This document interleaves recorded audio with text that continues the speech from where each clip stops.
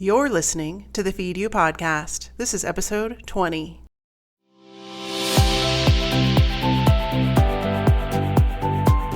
Welcome to the Feed You podcast, giving you the real scoop on raising your business to new heights. Expert education, inspiration, and motivation to fuel your purpose, your passion, and your profits. Here's your host, Elisa Connor.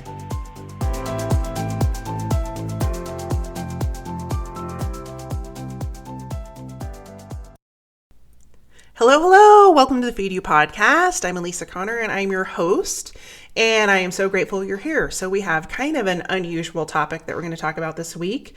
And it really came to me last week as I was bedridden with a horrible cough and cold. And I still don't know what it was. I'm just calling it the flu. The doctor didn't know. So anyway, while I was laying there, not really able to do much else, I came up with this topic.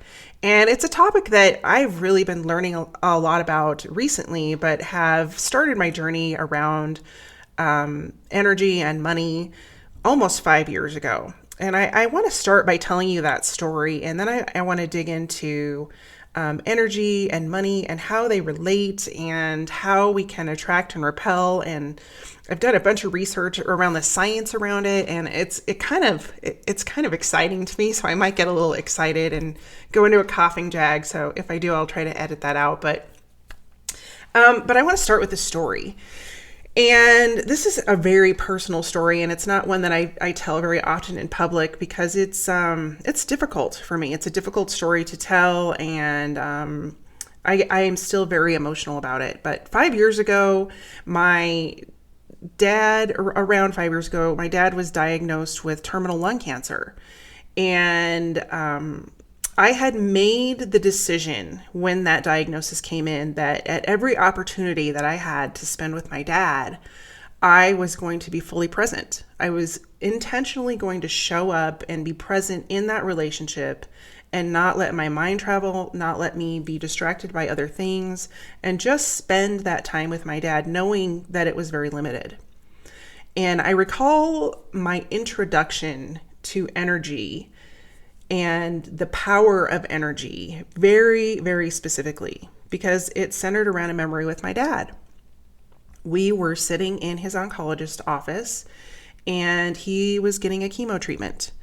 And I fully remember it. My mom was there and she had invited some of his friends who wanted to basically come and spend some time with him while they still could. And they were holding a conversation in a different part of the room. And it was a community chemotherapy room. I don't know if you have ever been in the situation where you've had to go with somebody for chemotherapy, but they usually have 2 or 3 people getting chemotherapy at the same time. And my dad and I were in a corner. And the hard part about one of the harder parts about my dad having terminal lung cancer is it also had gone to his brain.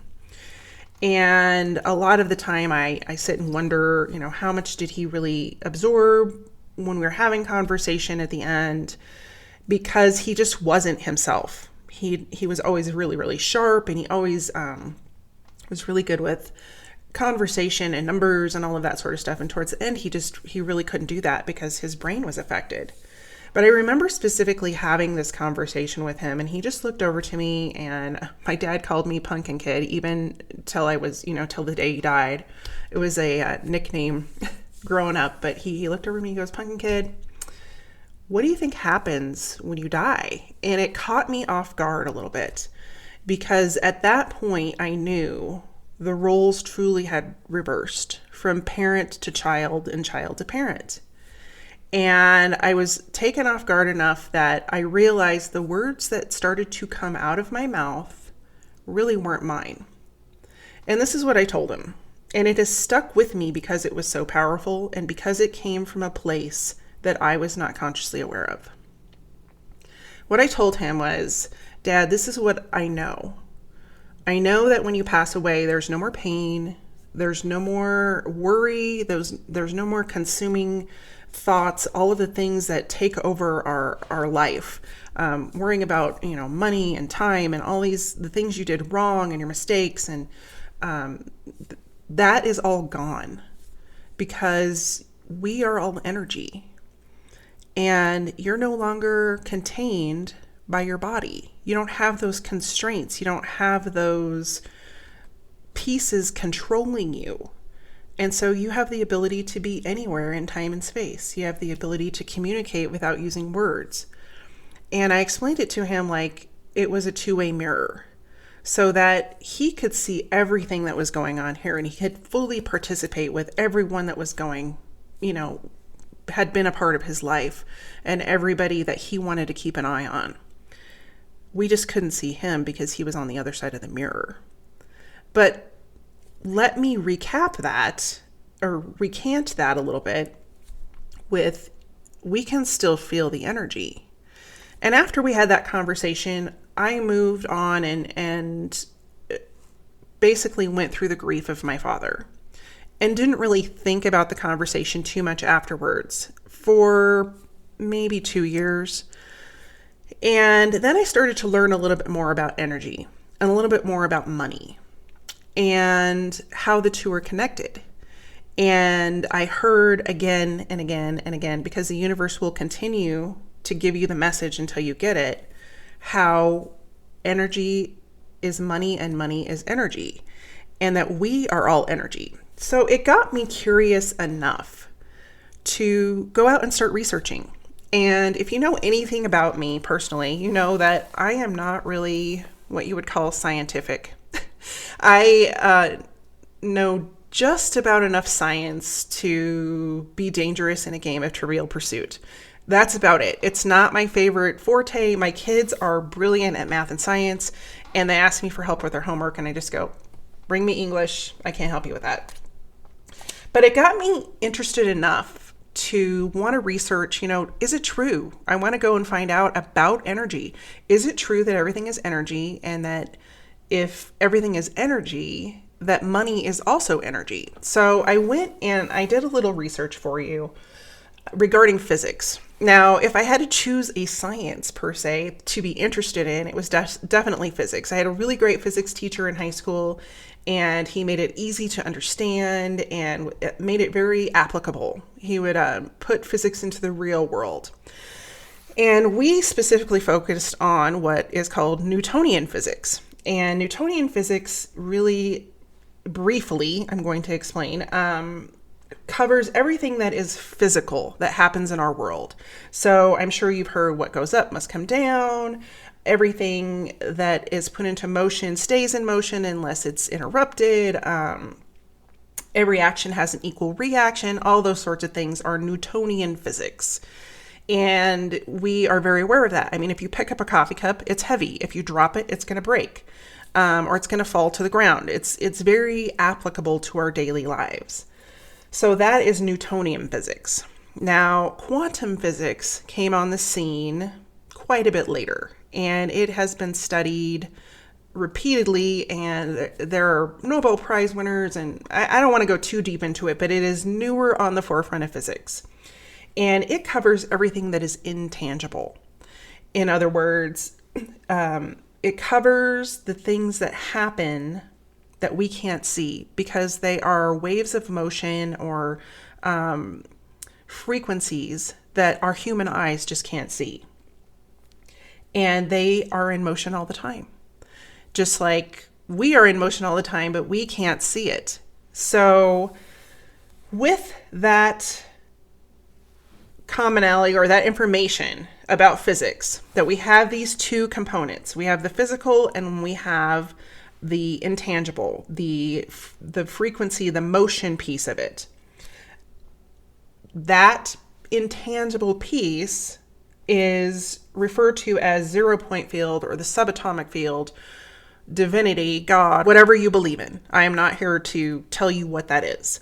But that is the intangible piece. And what they are finding is that that is what controls everything that's physical in our life. And if that's true, then we have the power to tune into that frequency and manifest into our lives that which we want or that which we don't want.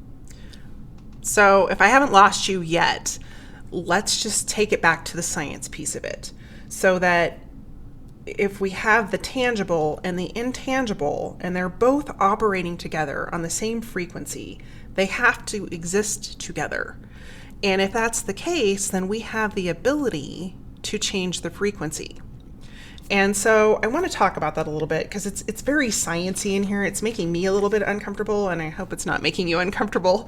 But I thought it was really important to look at the science piece of this, because I think we take a lot of what is said, the words that we say, or the words that we hear, and we just apply them without actually going and looking and researching and finding out, what does that really mean? And is it a reality? Is it scientifically based? And so I really wanted to dig into that. What I found is that if that is true, and we are all energy, in fact, we are all 99.9999999% light, which is the basis of energy, then if that's the case, we have the ability to tune in and modify that frequency. And because you can modify the light, the positive or the negative. So if that's the case, we can do that in every aspect of our life, including money. Because money, if it's energy, does not have a positive or a negative connotation. It's neutral. It just exists the way it exists until we give it one, a positive or a negative interaction. And so if that's true, we have the ability to change our story, change our previous belief system around money. So I played with this a little bit because I am not only, want to go do the research, but I actually want to see, okay, is it going to work? And it's very interesting because it does work. And it works on a level that even I almost think that our brains can't understand, because it is so outside of our comfort zone, because we can't feel it, we can't see it, we can't touch it. But what I found is that you can't go too far in either direction. You can't go too far in the physical and expect everything to be seen or heard, but you can't also live in a pipe dream that's, I'm going to be a millionaire just by sitting here and meditating about it. That's not reality. The reality is that you have to do both in tandem. You have to create the action behind the intention of what you're trying to create energetically. In other words, if you want to make $1 million in your business, you can put that intention out there and change the energy and the frequency around how that's going to happen, but you also have to do the work to get there. And so with that being said, all of us, because we're human beings, naturally have money blocks unless we've figured out how to release them, because we have had experiences, we have had beliefs passed down to us, and we have conscious and unconscious beliefs around money. One of the sayings that comes up often when we're talking about money is, money doesn't grow on trees. Money is hard to attain. Money is, you got to work hard for it. There's no free lunch. We have a million sayings around money, but those are things that have been passed down to us from either our parents or from other relationships or situations or experiences that doesn't necessarily make them true. And so because I like to give you actionable takeaways from this podcast, I wanted to give you some ways that you could reframe and refocus your belief system around money so you could play with this and see if it works for you. And it's funny because in my own experience, and I started playing with this now probably 3 or 4 years ago, and of course I am not perfect. I'm not claiming to be perfect, but it's been very interesting to watch at the times that I'm very, very attached to the outcome of how something should show up, and putting fear into what if it doesn't, versus it'll take care of itself. Every single time that I have the intention and the energy around the bills will take care of themselves, it happens. Like, it just happens. But as soon as I focus on, we don't have enough, guess what? We don't have enough. So it's kind of an interesting game to play, and it's really hard to get in the habit sometimes of being like, okay, I know that there's not enough money in the checkbook. However, I'm not going to focus on that. I'm going to focus on money just sporadically showing up, and I'm going to do what I can do to make that happen. And so I'm not saying, you can't just sit around and wish for money to show up, because that's not how it works. But you can guide your energy, guide your intention around what you do want versus what you don't want, and then take the action to make that happen. So, but there's a lot of work that you have to do to kind of get ready mentally if you have, I call money garbage brain in your head. And we all have it. And it's not anybody's fault necessarily. Like, you can't look at your parents and say, oh, it's their fault that I believe this, because in reality, they are only teaching you what they learned first and from their experiences, and their parents taught them, et cetera, et cetera, et cetera. And so the blame game needs to be tabled, and just at this point take responsibility. So I wanted to give you some tips and some ideas on how to change your money mentality and change the way you think about money and change that frequency so that you can draw more of it into your life. And so I did some research on that. And first, I want you to identify that you have known beliefs about money, and maybe just jot those down, journal them, and it can be some of the sayings that I told you just a few minutes ago. If you have unknown beliefs, like, are there things that are keeping you trapped in the money cycle that you don't consciously know why it's happening? And we're going to talk about one of those, number 6, in just a minute. That'll bring a little bit more clarity to that. And then your last thing that you kind of want to look at is, what habits and patterns do you have around money? And why do you have those? Are they yours? Do they belong to somebody else? Were they passed down? Whatever that looks like. But just kind of journal about those 3 things. The first one, what are your known beliefs about money? What are your unknown beliefs? And what habits or patterns do you have when it comes to money? And a habit or pattern could be something like, you get a check and you're so excited about getting a check that you immediately go out and spend it all. And then you look and you're like, oh, I don't have any money. Or you don't keep track of your spending. And so then you have credit card debt again. And it happens and it recycles and recycles and recycles. And you can't figure out why it's happening, but it's a habit or pattern. So just jot that stuff down. If you need to pause this, you can do that. Just grab a journal and jot it down. And then I wanted to give you some tips on how to clear the flow of money, clear those habits and patterns, and attract more energy around money, and attract more money into your life, and start to erase those patterns and erase those either conscious or subconscious patterns. Now, this is not something that's going to happen overnight. I don't want to lead you down this path and have you believe that, oh, if I do this, everything's going to be perfect, because it doesn't work that way. It took you a long time to develop these patterns and to develop these beliefs. And so it's going to take some time to reprogram them. But number 1, and this I have seen over and over and over again in my life, work. And sometimes I get out of the habit of doing my gratitude journal, but when I do it, it makes a huge difference. And you can't do everything perfect all of the time. And I'm at one of those points where I'm trying to reboot some of my habits. And I think for some reason, after the holidays, I think I was just so depleted that a lot of stuff just went to the wayside. And so today's kind of like my new start to the new year, even though it's already the 23rd. I think that's okay. Better late than never.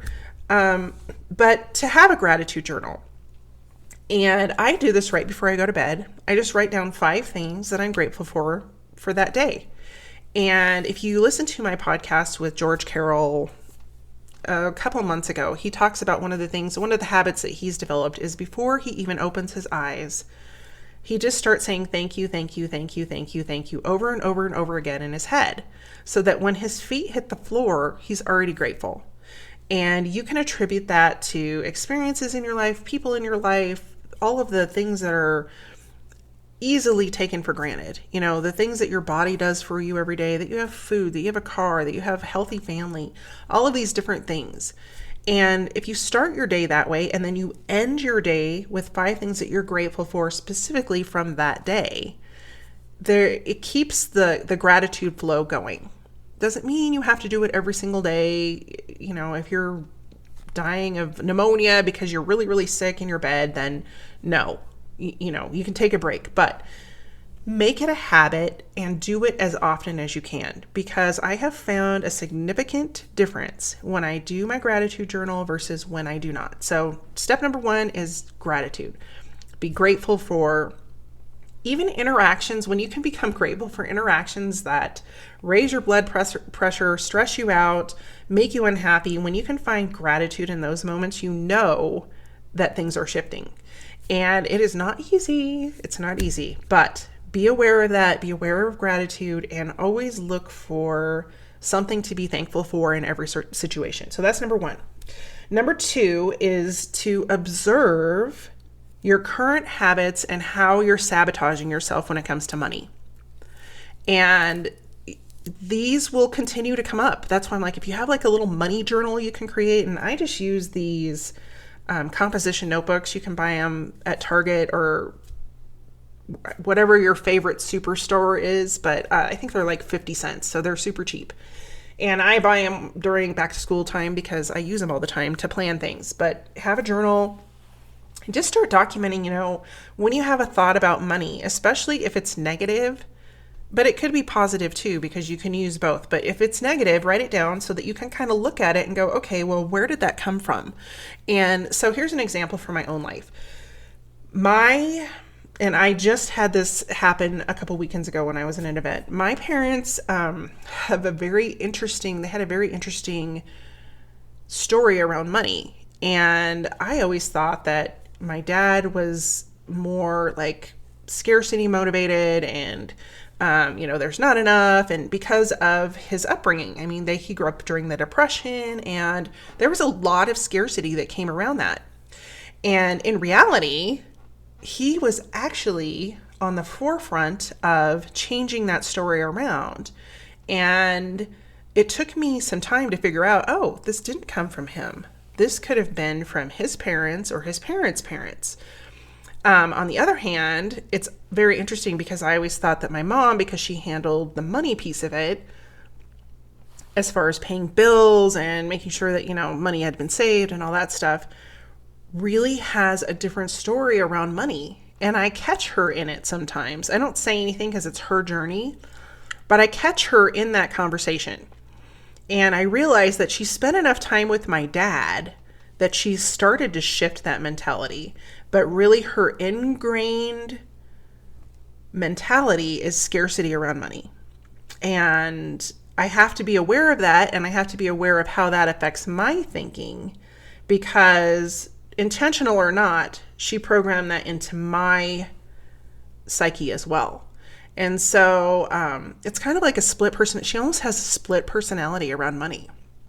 Either, you know, there's enough to pay the bills or there's not enough. And it's just very interesting. And I know she got it from my grandmother, but just being aware of those stories and where they came from. And a lot of it is going to be investigating with your childhood and the experiences you had and the words that were said to you from your parents or from the people that raised you or your siblings.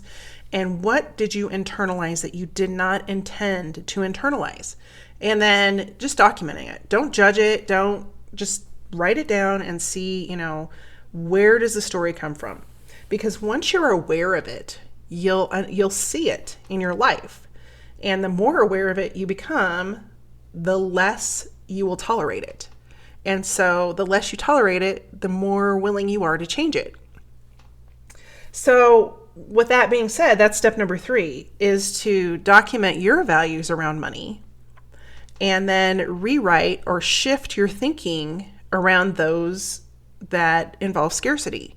And this is harder than you think it is, because a lot of our money beliefs and the things we believe about money and gaining money and abundance are just automatic. They're unconscious. So we aren't even aware of it until we start to document it.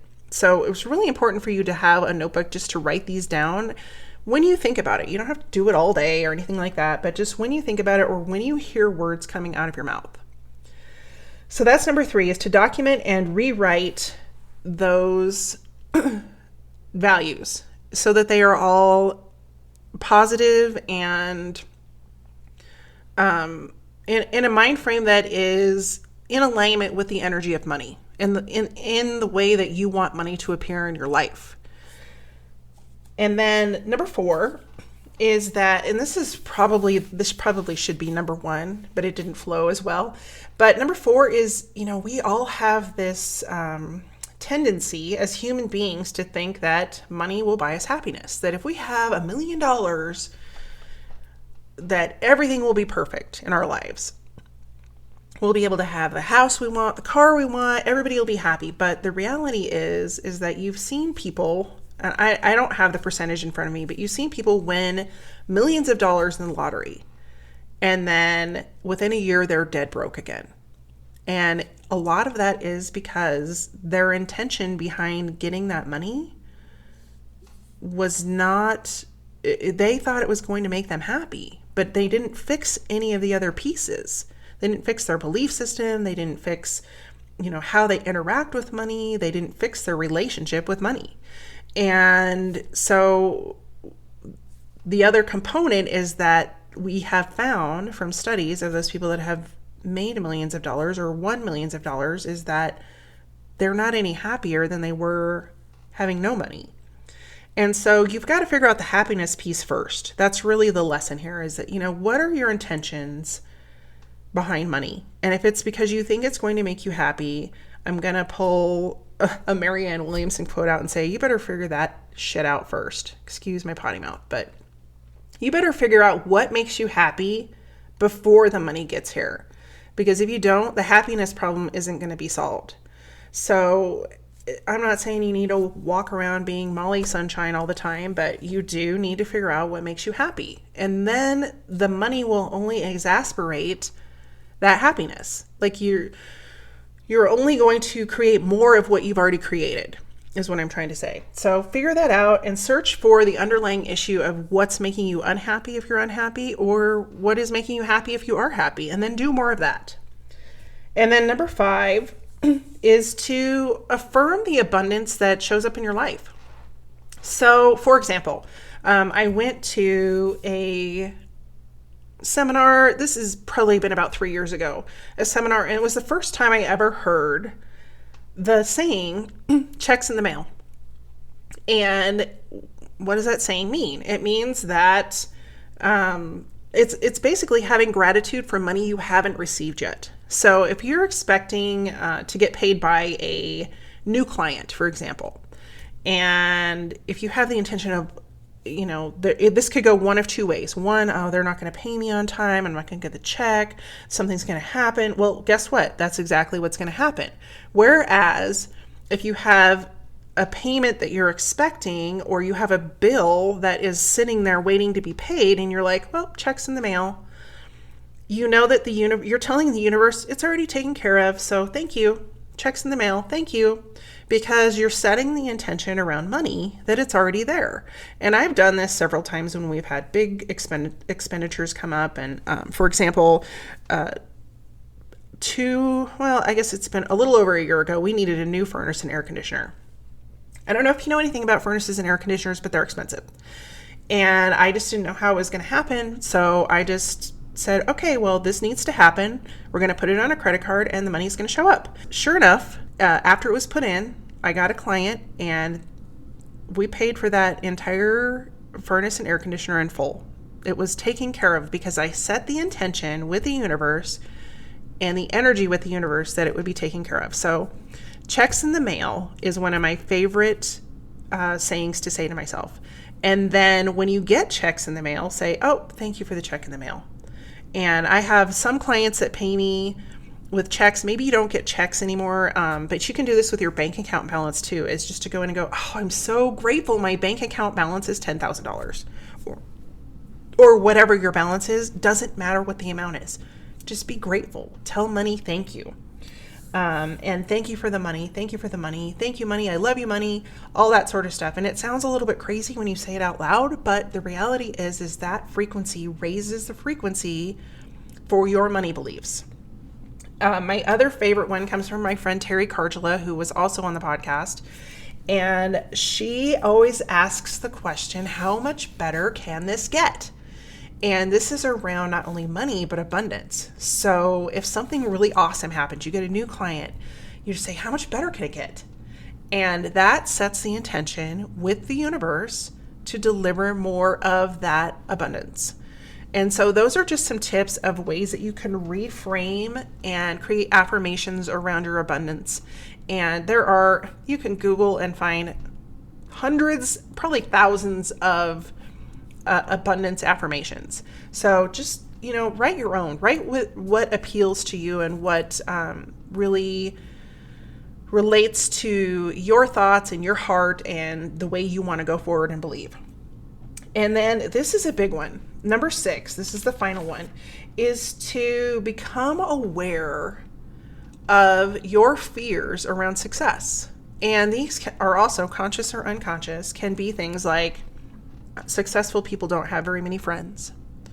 I'll be a bad person if I'm successful. I will be greedy if I have too much money. All of these thoughts, all of these patterns, all of these beliefs are not, if we are energy, and energy is neutral unless we charge it in one way or another, and money is energy and we charge it one way or another, then those beliefs can't be true unless we believe them to be true. And so we have to change the belief. That being said, you might be surprised when you do this journaling story as well, and what comes up. And I would say, ask yourself these questions on a regular basis, especially if you're feeling really stuck when it comes to money and wanting to create or draw in additional money into your life. Just really ask yourself these questions and sit down and give yourself 5 minutes to write an answer, or 10 minutes, and see what comes up, and then see how you can reframe that. And then, so really simply, you want to write down what your belief is, where it came from, and then how do you address that fear or that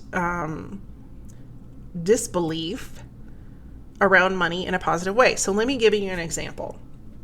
One of the beliefs that I was raised with, and that my mother will still tell you, I can say that because she doesn't listen to this podcast, but she will say, I hope money doesn't change you, with a negative connotation of, money will change you and you will not be a good person. And if that's the case, then why would I ever want to make more money? And so I have reframed that. Here's my reframe. And this was something that came to me from various people. The more money I make, the more people I can help. The more people I help, the more money I can make. And that reframes it in both directions, so that it is always coming from a place of service. And it is always, because you can't hold on to money either, because then you're stopping the flow. So the people that hold on to their money as tight as they can, there's no way that more money can come in and no way that more money can go out, because you're holding it as tight as your fist. Whereas if you have both hands open, you can receive and you can give. You can receive and you can give. And that mentality does not relate to being a bad person, because the more money I have, the more people I can help in the causes that I'd like to fund. And the more people that I help with my expertise and my education and my information and my business, the more money I make, because the more people I help, the more money I get from clients. So it works in both directions. So just think about that and think about how you can reframe some of the thoughts that you are maybe stuck in when it comes to abundance. And then the last tip that I have for you is, that I am a firm believer in meditation if you listen to this podcast on a frequent basis. And meditation and imagination are two of your biggest friends when it comes to abundance and attracting money. Because we are so busy and so inundated with devices and knowledge and information, and it comes to us from every angle. If you can give yourself 15 minutes in the morning and 15 minutes at night to just unplug and just think about what you really want to achieve, what you really want to draw into your life, and imagine it in detail. Imagine that if you have a new house on your radar, what does the front porch look like? Does it have a porch swing? What color is it? Who's on the front porch waiting for you? What does the kitchen look like? How many chairs are there? What kind of countertops do you have? What are you doing in that kitchen? Are you having people over and entertaining? Are you just having your family there? What does it look like? And the more you imagine it and the more you intentionally create that picture in your mind and associate it with a positive frequency, the more likely it will show up in your life. The more likely you will draw that or something like that into your life. And so when you're thinking about that, give yourself the opportunity to use your imagination and color a picture in your mind of what you want to do with money. And it really doesn't have to be the money, because the money will follow your intention. If you are wanting to create a specific lifestyle, like you want more freedom so you can travel, then that's where you should put your intention. That's where you should put your energy. So to take it full circle and go back to the science piece of it, energy is light, and we are 99.9999999% light. And if that's the case, then we are made of light. We are also made of energy. So all we have to do is align our frequency, our light frequency, to the same frequency as money and abundance. And we have to raise that to a higher level, because one of the laws of physics, quantum physics, is that we can never attract high energy being at a low frequency. And so we have to be at the same frequency as money in order to attract more of it into our lives. So this has been a little bit out there, and I know I hope you've enjoyed it. I hope you've learned something, and I hope that you will take some of the tips and tricks that I put out there for you to reframe your energy around money and reframe your energy around abundance and put them into play, and then give me some feedback. I have a community set up on Facebook, the Feed You community, and you can go over there and ask to join. It's a free community, and just give me your opinions and your insights into this episode, and let me know, what's working, what's not working. Did I hit a nerve? Are you going to try some of this? I would just love to hear your feedback. So thanks so much for joining me. It is always my pleasure to be here and share some of the things that are going on with me and with my business and in my life. And I so appreciate you. So thanks so much, and I will see you next week. We are talking all about the power of content and whether you need to create or repurpose your content. So tune in for next week's episode, and I look forward to seeing you then. Have a great week. This episode is being brought to you by my new master training, Pretty Doesn't Pay the Bills. If you've invested in all the aesthetics of building a brand, including picking the right fonts, picking the right colors, and creating that magazine-worthy website, yet you're still not seeing any additional traction, clients, or money in your business, this master training is built for you.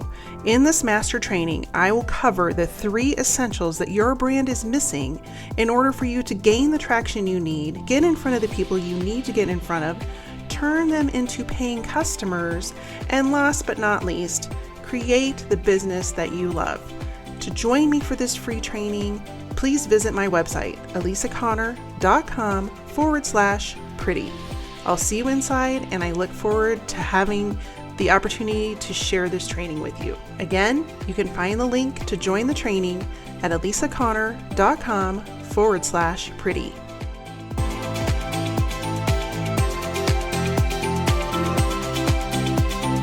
Thanks for listening to the Feed You podcast at www.elisaconnor.com/podcast.